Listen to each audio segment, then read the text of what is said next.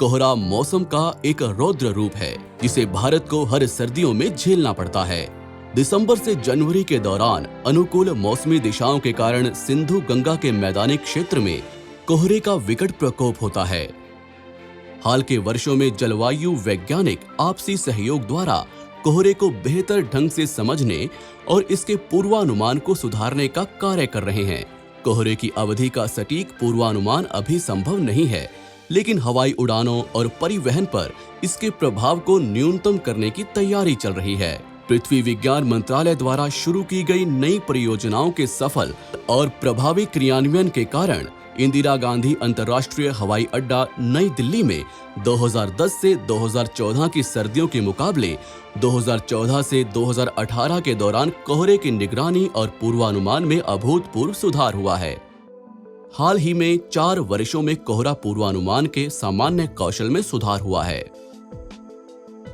देश के 2 प्रमुख वैज्ञानिक संस्थानों भारत मौसम विज्ञान विभाग IMD नई दिल्ली और भारतीय उष्णदेशीय मौसम विज्ञान संस्थान IITM पुणे ने संयुक्त रूप से कोहरे के पूर्वानुमान कौशल को सुधारने का बीड़ा उठाया है। भारत में IGI हवाई अड्डा सबसे अधिक प्रभावित होता है, इसलिए उसे प्रयोग के प्राथमिक स्थान के रूप में चुना गया है।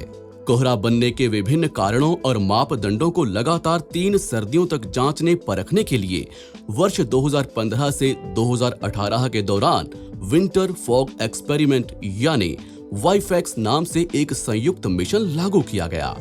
यह महत्वपूर्ण है कि हम कोहरे के बारे में जानें, इसके लक्षणों और बनने की प्रक्रिया को समझें और जानें इसके पूर्वानुमान के बारे में। इसको ध्यान में रखते हुए पृथ्वी विज्ञान मंत्रालय ने वाईफैक्स नामक प्रयोग शुरू किया है। वर्तमान में 2 स्थानों पर यह प्रयोग जारी है, एक तो दिल्ली के IGI हवाई अड्डे पर और दूसरा हिसार में। यहाँ कोहरे से संबंधित वातावरणीय दशाओं और कोहरा बनने के कारणों से संबंधित डेटा एकत्र किया जाता है। वर्ष 2015 से 2018 के दौरान लगातार 3 सर्दियों में IITM और IMD ने वाईफैक्स का सफल और प्रभावी क्रियान्वयन किया। विश्व स्तरीय अवलोकन सुविधाओं की सहायता से कोहरे के पूर्वानुमान को सुधारा जा सका। वाईफैक्स की सहायता से कोहरे के विभिन्न भौतिक तथा रासायनिक पहलुओं को बेहतर ढंग से समझा जा सका। वाईफैक्स के अंतर्गत वैज्ञानिक विभिन्न प्रयोगों के माध्यम से वातावरण एरोसोल और आपेक्षी आर्द्रता तथा तापमान जैसे मौसमी कारकों पर प्रयोग करके कोहरे की सूक्ष्म भौतिकी पर अध्ययन कर रहे हैं।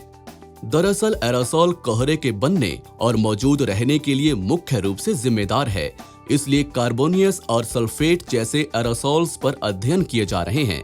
वाईफैक्स 2 उद्देश्यों के साथ प्रारंभ किया गया। पहला, कोहरे का अत्यंत निकट का पूर्वानुमान, जैसे 6 घंटों का, और इसका विभिन्न समय और स्थानों पर सर्दियों के कोहरे का पूर्वानुमान, ताकि विमानन, परिवहन और अर्थव्यवस्था पर कोहरे के प्रतिकूल प्रभाव को कम करने के साथ कोहरे से होने वाली दुर्घटनाओं को कम करके मानव जीवन को बचाया जा सके। IGI हवाई अड्डा को संबंधित आधुनिक तकनीकी सुविधाओं से लैस किया गया है, क्योंकि गहरे कोहरे से यह सबसे ज्यादा प्रभावित होता है। टेक्नोलॉजी पैकेज में रिमोट सेंसिंग प्लेटफॉर्म सहित जमीन पर लगे अनेक उपकरण शामिल हैं। विभिन्न मौसम विज्ञानी दशाओं जैसे रेडिएशन बैलेंस, टर्बुलेंस, कोहरे की बूंदों और एरोसोल की सूक्ष्म भौतिकी और कोहरे के पानी का रसायन को मापने के लिए उपयुक्त स्थानों पर प्रमुख सेंसर लगाए गए हैं। इन सभी पहलुओं की बेहतर समझ विकसित होने से अब कोहरा बनने, गहराने और छटने की वातावरणीय दशाओं पर एक पूर्ण वैज्ञानिक व्याख्या विकसित हो चुकी है। इससे पहले इन सभी मौसम विज्ञानी पहलुओं पर हमारी समझ सीमित थी, जिससे कोहरे का पूर्वानुमान लगाना कठिन था। आवश्यक गणनाओं में उपलब्ध होने से अब वैज्ञानिक कोहरे के पूर्वानुमान के कौशल को सुधारते हुए मॉडल विकसित कर सके हैं। परिणाम स्वरूप वर्ष 2017 से 2018 की सर्दियों के दौरान IGI हवाई अड्डा नई दिल्ली में कोहरे की निगरानी और पूर्वानुमान में उल्लेखनीय सुधार हुआ। दिल्ली क्षेत्र में वाईफैक्स के अंतर्गत देखा गया है कि कोहरा पड़ने के तुरंत पहले सल्फेट कणों की सांद्रता बहुत अधिक हो जाती है, जबकि क्लोराइड के महीन कणों की सांद्रता में अचानक भारी कमी हो जाती है।